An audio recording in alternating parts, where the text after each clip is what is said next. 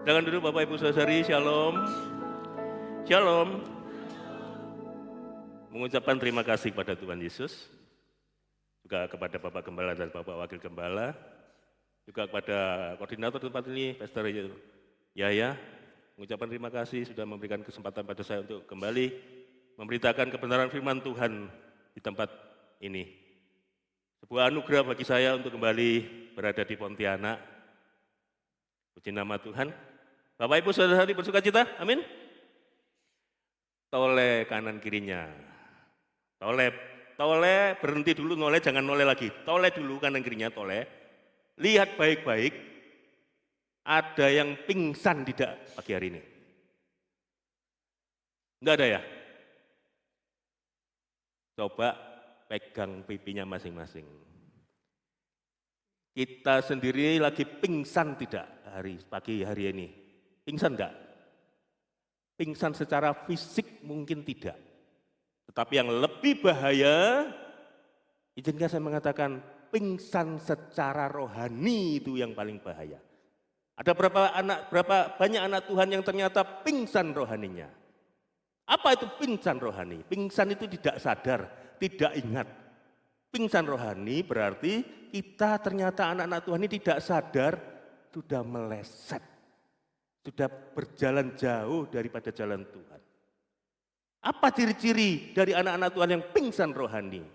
Salah satunya sesuai dengan tema minggu ini adalah anak-anak Tuhan yang tidak penuh belas kasihan. Tema minggu ini kan penuh belas kasihan kan? Ciri-ciri anak Tuhan yang pingsan rohani adalah anak-anak Tuhan yang tidak berbelas kasih. Tidak punya belas kasihan. Saya berdoa kita semua adalah anak-anak Tuhan yang hadir di pagi hari ini adalah anak-anak Tuhan yang tidak pingsan rohani dan anak-anak Tuhan yang mempunyai belas kasihan. Mengapa kita harus mempunyai belas kasihan? Mengapa kita harus penuh dengan belas kasihan? Karena Tuhan Yesus adalah pribadi yang penuh dengan belas kasihan. Matius pasal 14 ayat 14. Matius pasal 14 ayat 14. Mengapa kita anak-anak Tuhan harus penuh dengan belas kasihan? Ketika Yesus mendarat, ia melihat orang banyak yang besar jumlahnya, makanya tergeraklah hatinya. Tergeraklah hati Yesus oleh belas kasihan kepada mereka dan ia menyembuhkan mereka yang sakit. Ada banyak kalimat tergerak belas kasihan. Dan hampir semuanya Yesus tergerak dan berbelas kasihan. Mengapa kita anak-anak Tuhan harus penuh dengan belas kasihan? Karena Yesus pribadi yang penuh belas kasihan. Kita anak-anaknya, murid-murid Tuhan Yesus harus mengikuti Tuhan Yesus. Ketika Tuhan Yesus yang kita ikuti penuh dengan belas kasihan, kita harus penuh dengan belas kasihan. Pertanyaan selanjutnya, apa yang dimaksud dengan belas kasihan? Belas kasihan itu berbeda dengan kasihan. Hanya sekedar kasihan itu berbeda jauh. Berbelas kasihan, penuh dengan belas kasihan itu bermaksud mempunyai arti sebuah perasaan iba terhadap seseorang, orang sekitar kita yang mengalami sesuatu hal penderitaan apapun itu, dan tidak berhenti sampai di perasaan iba dan kasihan saja, tapi berlanjut ke sebuah tindakan. Nanti sore saya akan berkorban tentang tindakan belas kasihan untuk menolong seseorang, menolong teman-teman kita. Hadir semuanya nanti sore? Amin. Catat Pak Yaya yang amin-amin. Nanti ibadah mujizat, datang juga ya. Sekali-sekali dalam satu minggu 3 kali ibadah.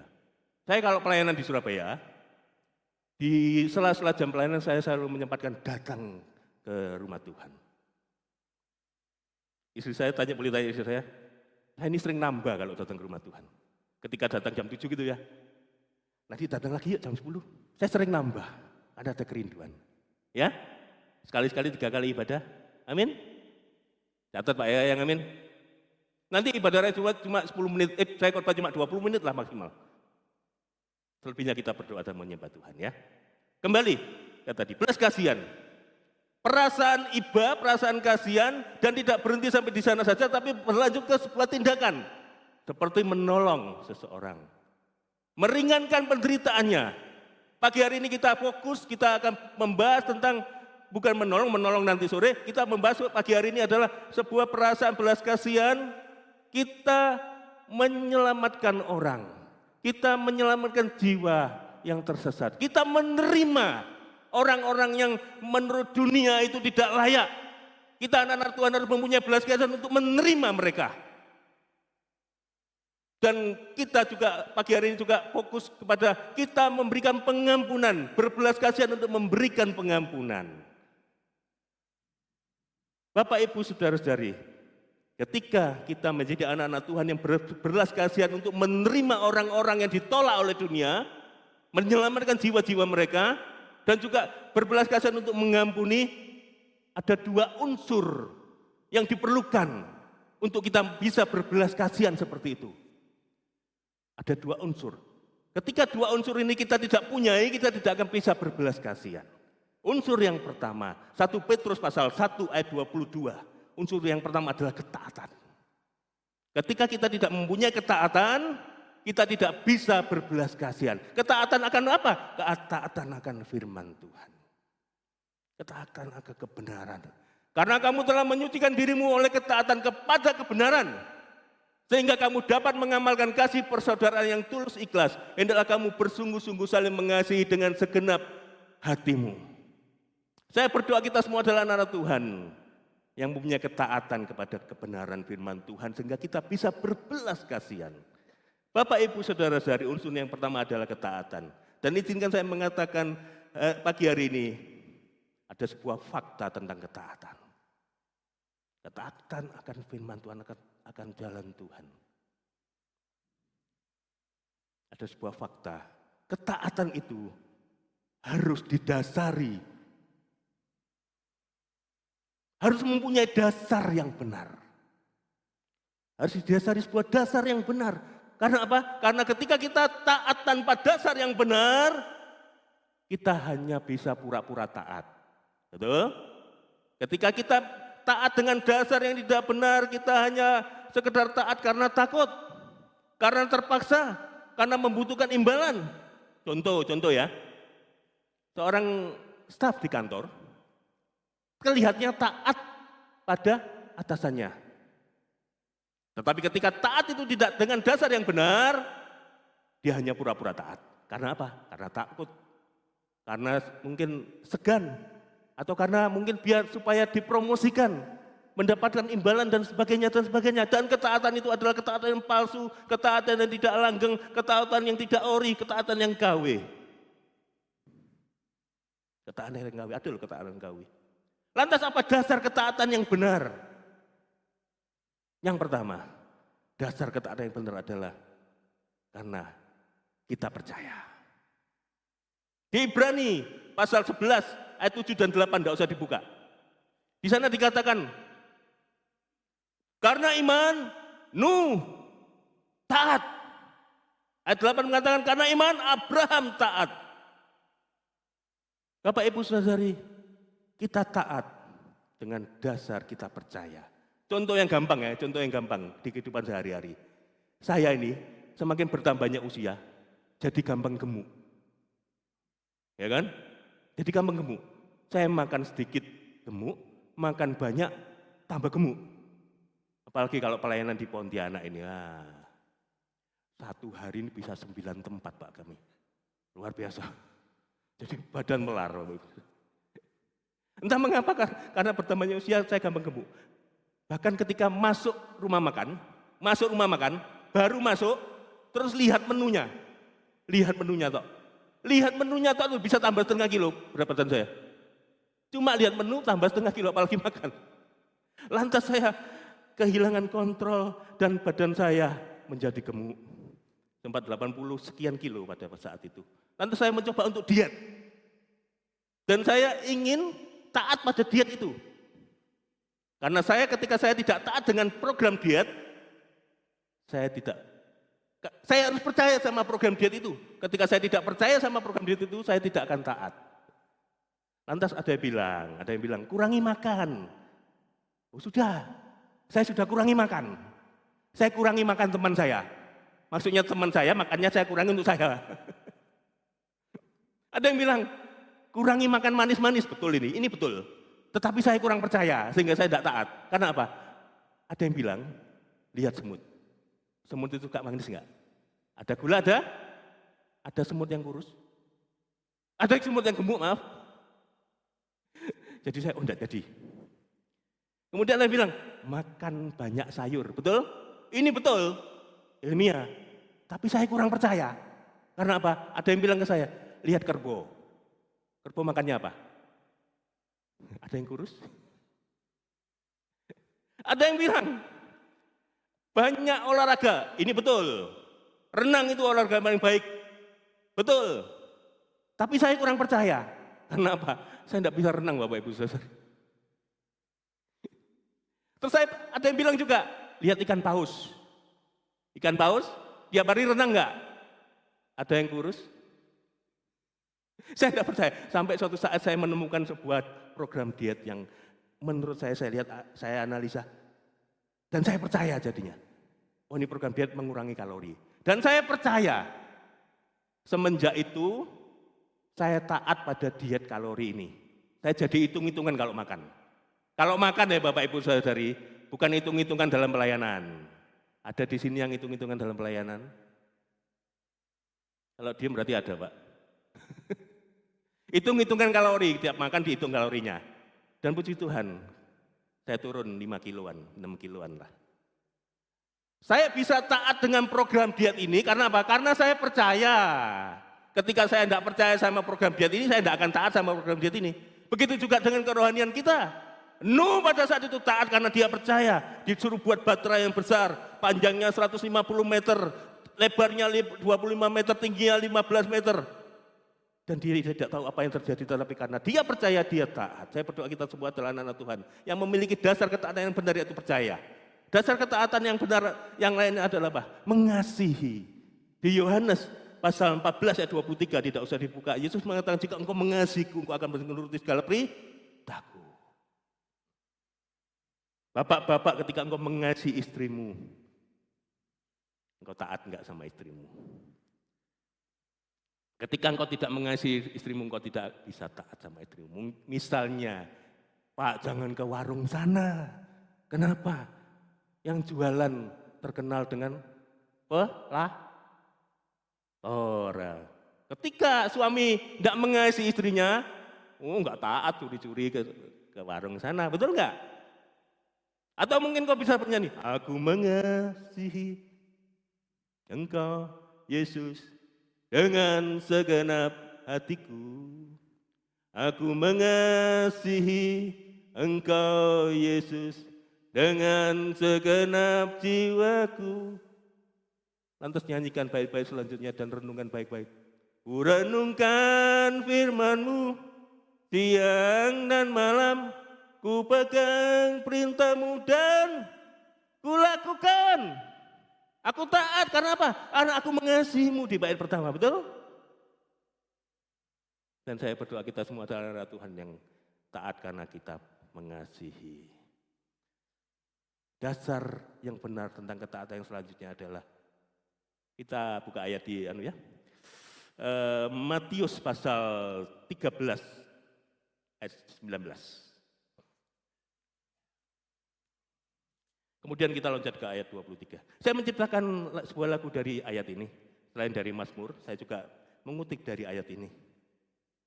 Hatiku hancur melayang tandas di pinggir jalan. Tunggu sebentar. Di pinggir jalan. Dasar ketaatan selanjutnya supaya kita bisa taat untuk berbelas kasihan adalah kita tidak berada di pinggir jalan. Apa maksud di pinggir jalan? Kepada setiap orang yang mendengar firman tentang kerajaan surga, tetapi tidak mengertinya, datanglah si jahat dan merampas yang ditaburkan dalam hati orang itu. Itulah benih yang ditaburkan di pinggir jalan. 23. Yang ditaburkan di tanah yang baik ialah orang yang mendengar firman itu dan mengerti. Dan karena itu ia berbuat, dan ada yang 100 kali lipat, ada yang 60 kali lipat, ada yang 30 kali lipat. Lipat-lipat ini bukan berbicara tentang harta ya Bapak Ibu Saudari, tapi berbicara bagaimana anak-anak Tuhan mengerti firman Tuhan dan melakukannya sehingga dia berbuah. Ketika kita berada di pinggir jalan, kita tidak mengerti. Dasar ketaatan yang selanjutnya adalah mengerti. Ketika mengerti apa? Mengerti firman Tuhan ini loh. Ketika kita tidak mengerti firman Tuhan, kita tidak bisa taat untuk berbelas kasihan.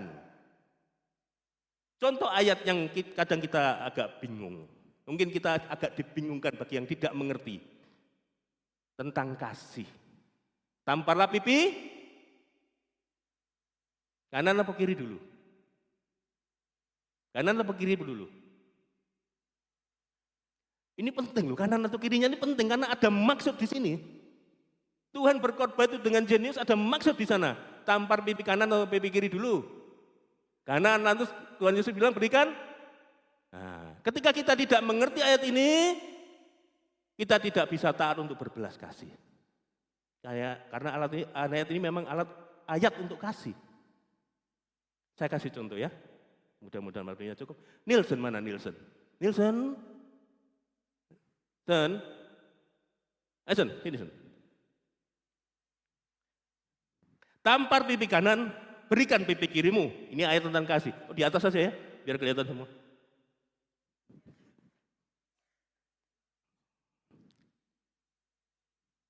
Tuhan Yesus khotbah ada maksudnya. Mengapa saya tadi bilang kanan atau kiri dulu itu dipahami dulu kanan atau kiri dulu karena ini ada maksudnya. Kanan dulu kan. Di budaya di sana orang Yahudi kalau menampar atau melakukan sesuatu itu pakai tangan kanan. Karena ini mengandalkan kekuatan.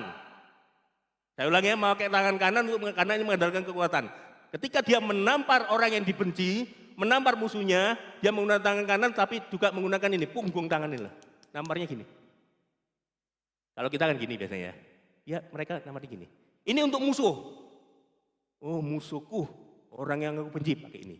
Kebalikannya untuk orang yang dikasih pakai ini. Keluarganya. Nielsen ini musuh saya. Saya membencinya, pipi kananmu mana? Mau ditampar beneran atau cuma pura-pura? Ini musuhku, aku membencinya, aku akan tampar dia pakai tangan kanan, pakai punggung tangan karena benci kan, musuh kan? Lantas Yesus mengatakan, berikan pipi kirimu. Ketika Nielsen memberikan pipi kirinya, saya jadi bingung. Orang yang memusuhinya jadi bingung. Loh, aku harus menamparnya pakai apa?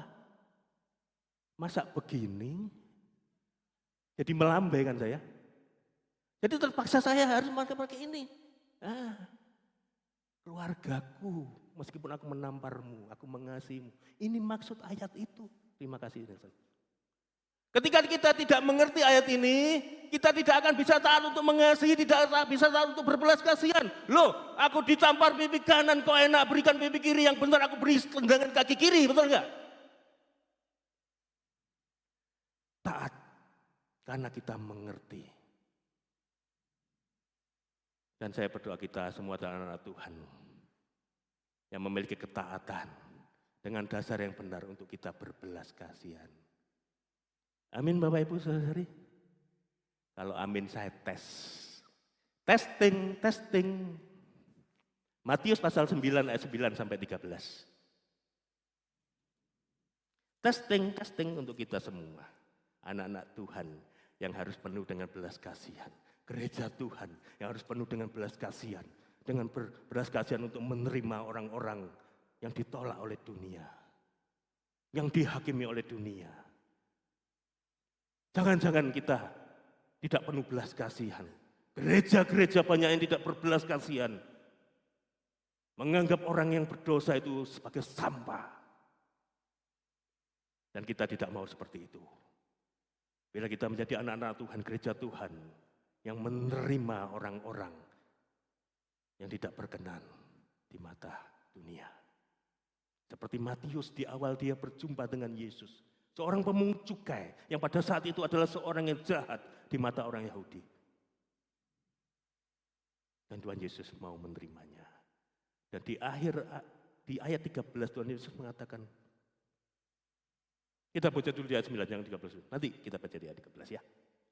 Ayat 9, setelah Yesus pergi dari situ, ia melihat seorang yang bernama Matius duduk di rumah cukai. Lalu ia berkata kepadanya, ikutlah aku. Maka berdirilah Matius lalu mengikut dia. 10. Kemudian ketika Yesus makan di rumah Matius, datanglah banyak pemungut cukai dan orang berdosa dan makan bersama-sama dengan dia dan murid-muridnya. Pada waktu orang Farisi melihat hal itu, berkatalah mereka kepada murid-murid Yesus, mengapa gurumu makan bersama-sama dengan pemungut cukai dan orang berdosa? Berhenti dulu sampai di sini. Dewasa ini gereja-gereja Tuhan yang mengaku anak-anak Tuhan mendadak jadi orang-orang Farisi yang melihat orang-orang berdosa sebagai orang-orang yang tidak layak.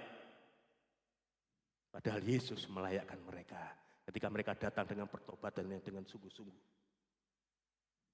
Padahal Yesus berbelas kasihan untuk menerima mereka. Pertanyaannya, apakah kita bisa seperti Tuhan Yesus menerima orang yang seperti itu, seperti Matius dan kawan-kawannya. Ayat selanjutnya.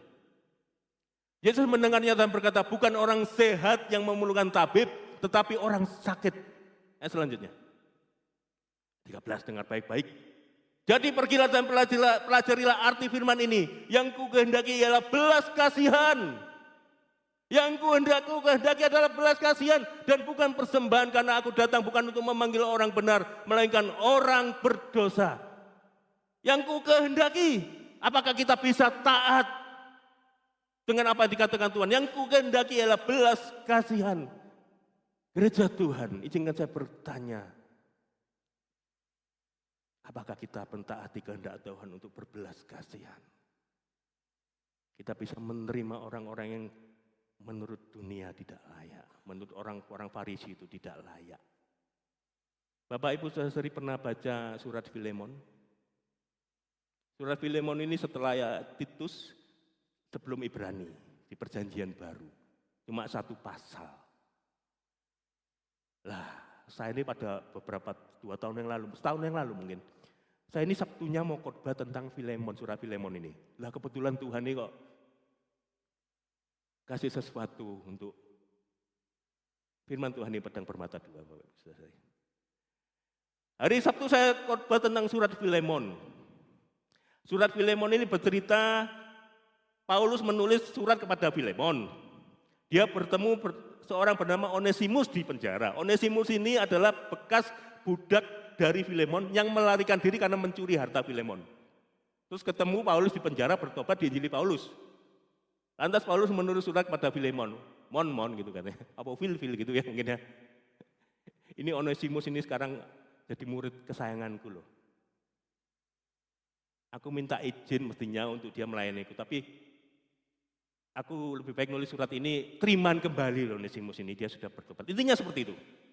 Lah, Sabtu saya khotbah tentang ini. Kamis atau Jumatnya saya lupa. Lah, uang tagihan saya ini, supir saya kan ngirim barang. Terus bawa tagihan. Nah, tagihan sekitar 32 atau 36 juta itu saya lupa. Dibawa kabur Bapak Ibu. Padahal saya Sabtu mau khotbah tentang ini. Dibawa kabur. Terus saya hubungi tidak bisa, teman-teman yang hubungi tidak bisa. Dengar-dengar lari ke Ambon. Dari Ambon, karena memang orang Ambon. Dia asalnya dari Ambon sana. Lari ke sana. Lantas saya khotbah, waduh saya khotbah tentang Filemon, tapi saya mengalami ini sakit enggak? Sakit loh Bapak Ibu Saudara. Ini supir kepercayaan saya. Sama-sama anak Tuhan. Ya kan? Nah, saya harus berkhotbah. Lantas ketika berkhotbah, saya harus tidak hanya cuma ngomong ya Bapak Ibu Saudari, saya harus mempraktekkan. Ya. Lantas selang beberapa bulan, kemudian mungkin setengah tahun, istrinya WA ke saya, Pak Ju, ini kalau Bapak ini kembali masih mau nerima enggak? Waduh, ya mau Bu. Tapi dalam hati saya harus berhikmat, betul enggak?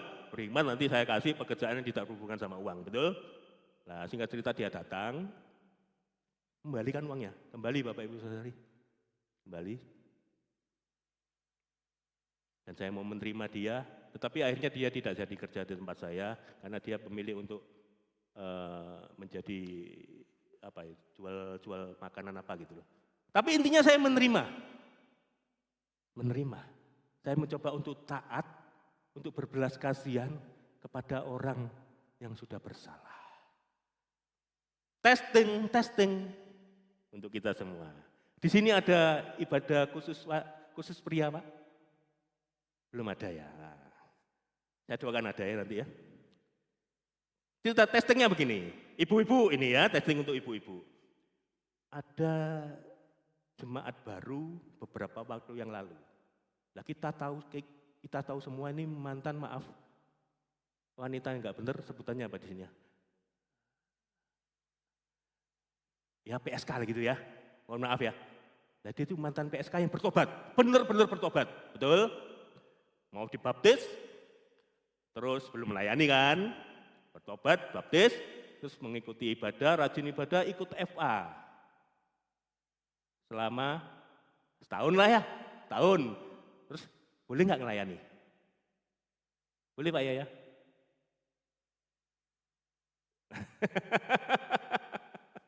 Boleh ya Bu? Boleh. Yang kuhendaki adalah berbelas kasihan. Betul kan? Kita harus taat sama itu kan, ini kan testing untuk kita. Nah, cantik. Tapi dia sudah bertobat. Bertobat, sudah ikut FA dan siap untuk melayani Tuhan. Melayani di sekolah minggu boleh? Boleh.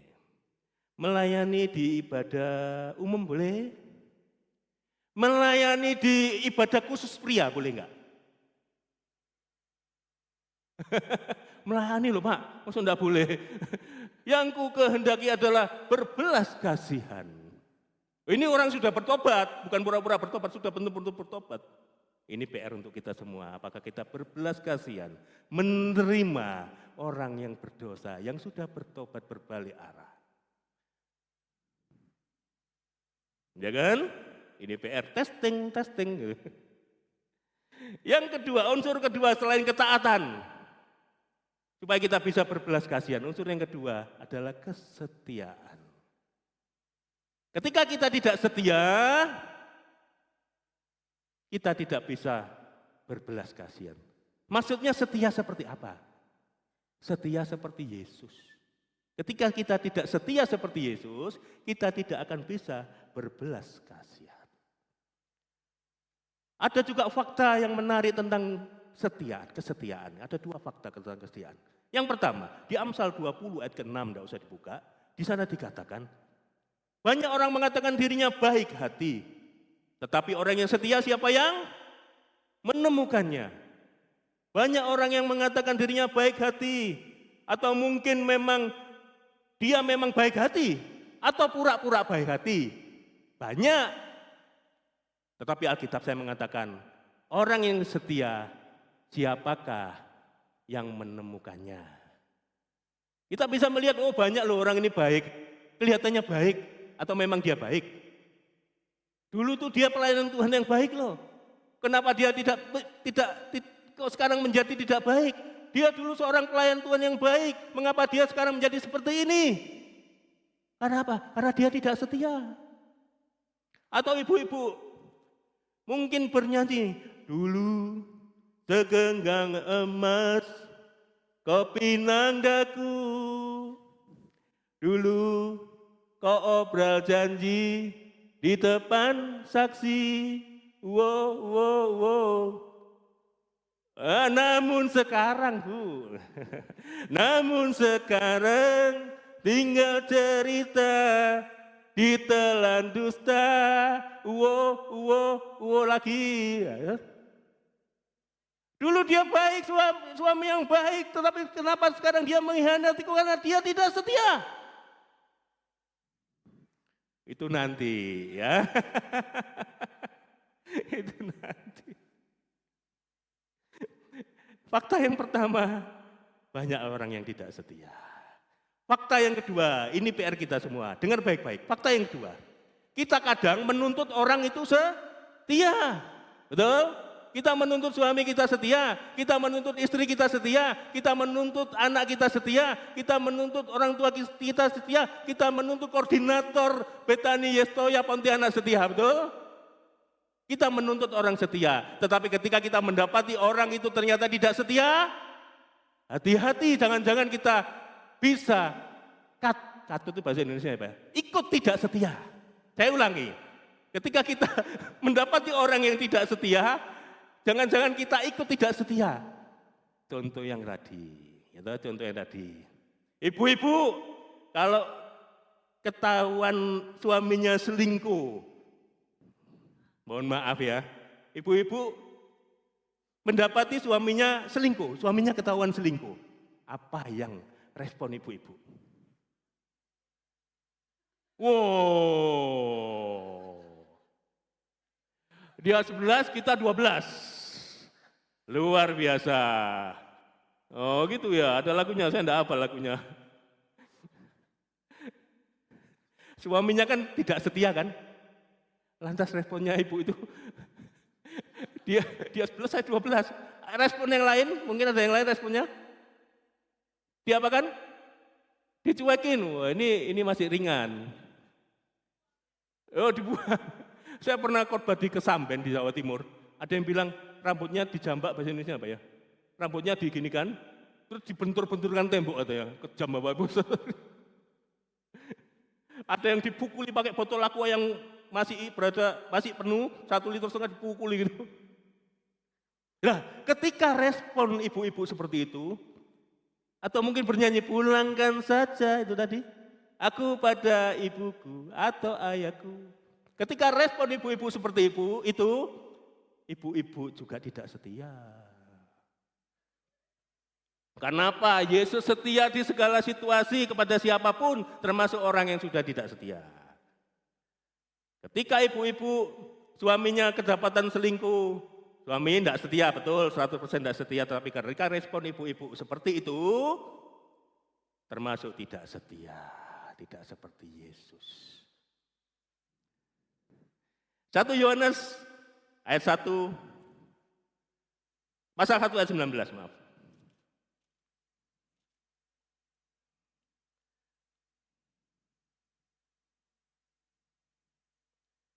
1 Yohanes pasal 1 ayat 9.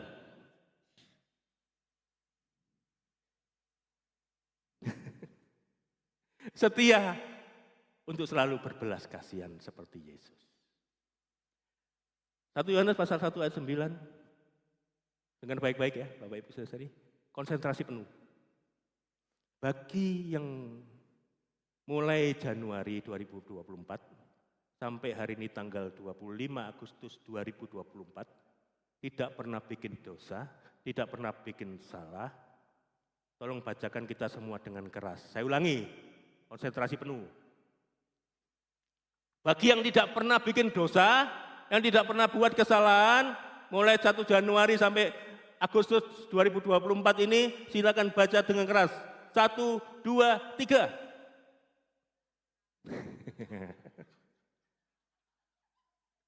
Saya enggak yakin, 11-12 kok. Saya enggak yakin, karena nanti responnya 11-12 masih harus berdoa dan bergumul. Saya ulangi ya Bu, 1 Yohanes pasal 1 ayat 9 ini, bagi yang merasa enggak punya dosa, enggak pernah bikin salah di hadapan Tuhan, tolong dibacakan dengan keras untuk kita semua. 1, 2, 3. Oh haleluya, saya akan foto dengan ibu itu, saya selfie, ini dia manusia yang tidak pernah berdosa. Kita semua manusia yang penuh dosa, tetapi Tuhan Yesus itu baik ya Bapak Ibu Saudara-saudari. Maka dari itu kita akan baca bersama-sama. 1, 2, 3. Jika kita mengaku dosa kita, maka Ia adalah setia dan adil, sehingga Ia akan mengampuni segala dosa kita dan menyucikan kita dari segala kejahatan. Jika kita mengaku dosa kita, maka Ia adalah setia. Dia berbelas kasihan pada kita manusia yang berdosa ini. Kita ini manusia yang penuh dosa kan, mulai 1 Januari 2024, enggak usah tahun-tahun kemarin deh. Januari 2024 sampai hari ini 25 Agustus 2024 ini loh. Kita semua kan pernah bikin dosa kan? Pernah bikin kesalahan di mata Tuhan kan? Pertanyaannya, ketika kita datang pada Tuhan bertobat dengan sungguh-sungguh, dengan pertobatan yang sungguh-sungguh, apakah Tuhan mengampuni kita? Ya, karena Tuhan itu setia. Pertanyaan selanjutnya, ketika Tuhan Yesus mengampuni kita, mengapa kita 11-12? Mengapa kita tidak mengampuni satu sama lain? Kita tidak berbelas kasihan untuk mengampuni orang-orang yang sudah bersalah, yang sudah tidak setia pada kita. Yesus setia mengampuni. Ayat terakhir Ibrani pasal 8 ayat 12.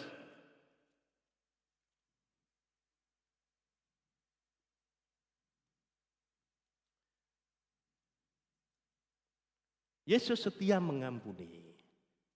8:12.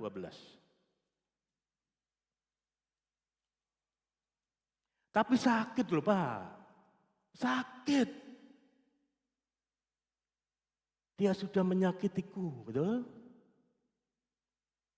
Dia sudah mengkhianatiku. Nah, ini curhatan-curhatan dari masing-masing profesi ini, ada curhatannya masing-masing tentang rasa sakit, Bapak Ibu Saudara. Dia menusukku dari belakang. Ini biasanya tukang tawuran. Dia menusukku dari belakang gitu kan. Kalau orang yang suka balap, pembalap, dia menelikungku di tikungan, betul? Dia menyakitiku dengan menelikungku di tikungan. Kalau pemain bola lain lagi, dia menyelidingku, betul? Kalau penjahit lain lagi, dia menggunting dalam lipatan, ya kan? Sakit Pak. Dia orang yang kupercaya tapi menyakitiku, memfitnahku dan sebagainya, sakit. Coba Nielsen beli paku ya, tolong saya belikan paku segini. Terus setelah Nielsen beli paku, Sen coba pakukan tanganku nih. Sakit enggak? Sakit. Tuhan juga pernah merasakan sakit yang sama.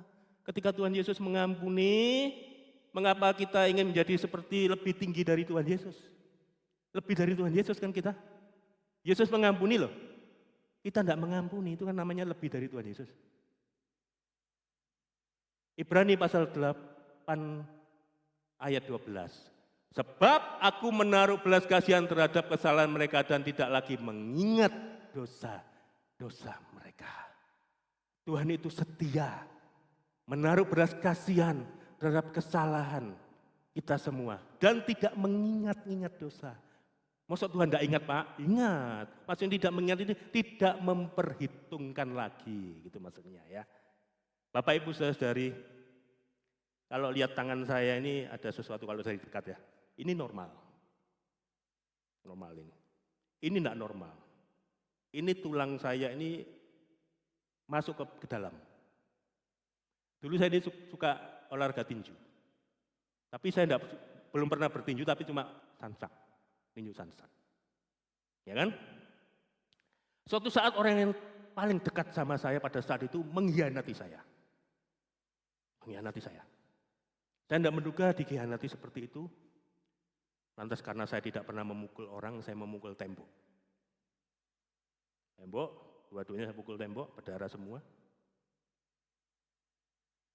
Apakah sekarang saya tidak ingat? Ingat. Hari apa itu saya ingat? Hari Kamis, pukul 6:04. Saya ingat. Orang itu pakai baju apa saya ingat. Rambutnya model gimana saya ingat.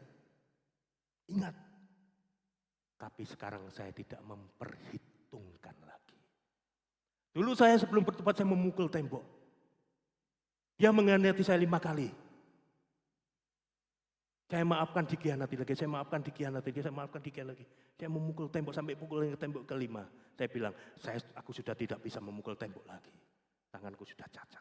Ini sebelum saya bertobat Bapak Ibu Saudara. Sebelum saya bertobat saya belum mengampuni. Masih ada sakit-sakit. Seperti itu saya tadi bilang tadi. Dan ketika saat itu, ketika dingin, kena AC atau apa, ini nyeri Bapak Ibu Saudara. Linu, ngilu. Tapi puji nama Tuhan ketika saya mengampuni dengan sungguh-sungguh, mencoba setia seperti Tuhan Yesus dengan berbelas kasihan dan mengampuni, tidak pernah merasa ngilu meskipun dingin. Saya berdoa, kita semua adalah anak Tuhan. Yang pagi hari ini bisa setia, memiliki kesetiaan. Karena tanpa kesetiaan kita tidak akan pernah bisa berbelas kasihan. Ketika kita tidak memiliki kesetiaan seperti Tuhan Yesus, kita tidak akan pernah berbelas kasihan dengan mengampuni orang-orang yang sudah bersalah kepada kita. Saya undang tim PAW masuk ke depan. Puji nama Tuhan, Pagi hari ini kita sudah belajar bagaimana kita menjadi anak-anak Tuhan yang tidak pingsan rohani. Anak-anak Tuhan yang memiliki belas kasihan. Seperti Yesus yang berbelas kasihan. Seperti Yesus yang selalu tergerak hatinya untuk berbelas kasihan. Dan pagi hari ini kita mengerti, untuk kita bisa berbelas kasihan, kita harus mempunyai ketaatan dengan dasar yang benar. Untuk bisa berbelas kasihan, kita harus memiliki kesetiaan seperti Tuhan Yesus setia. Kita datang.